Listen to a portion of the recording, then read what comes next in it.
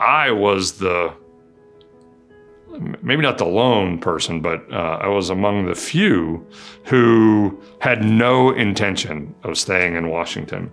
I had a career plan. I was taking a 1-year hiatus from a previous role, and I was planning to return to that role after the fellowship. It was a very clear path for me.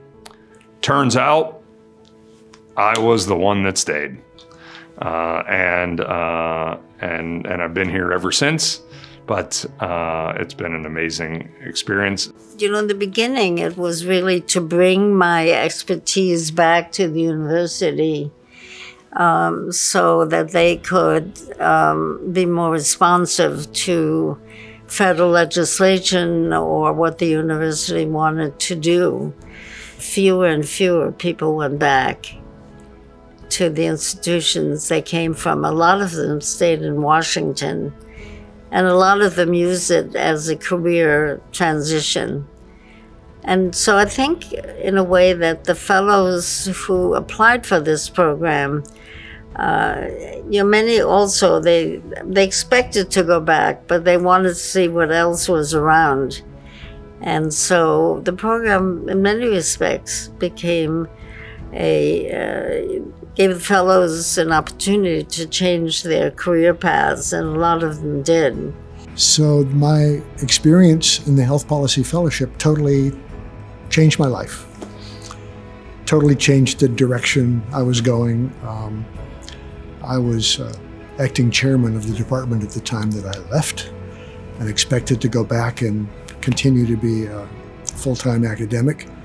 And instead, I became a federal bureaucrat and then a consultant, and has stayed in Washington.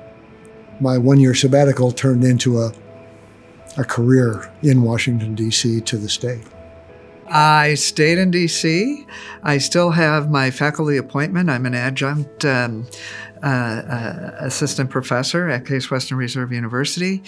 But after I left the Hill, I wanted to get more experience doing different types of health policy. So when there was an opportunity for me to move to HHS, the Department of Health and Human Services, I jumped at the chance.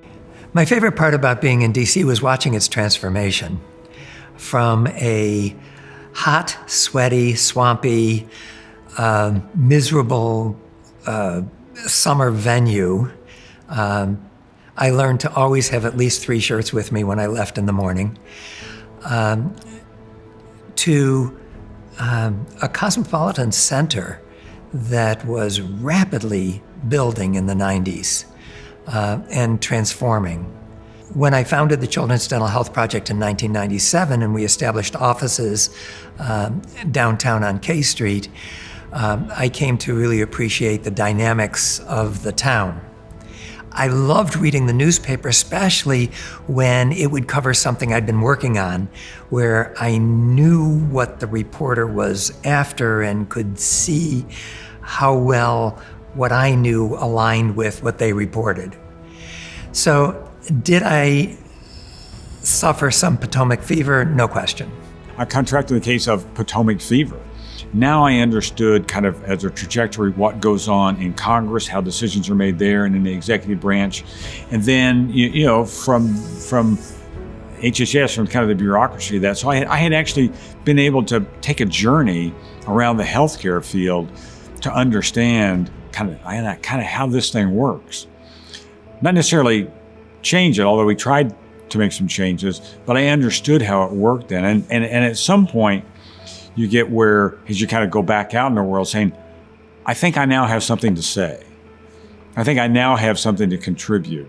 I do feel like the fellowship and the fellows are really well respected in DC and in this world, in a world where there's, I think, a growing number of fellowships and fellows and other things. So I do think because of the 50 years of history that this fellowship has here in DC, and also the kinds of people who've served as fellows, it has a really strong reputation among policymakers and leaders here in the Capitol as a really premier fellowship program that brings good people to do good work.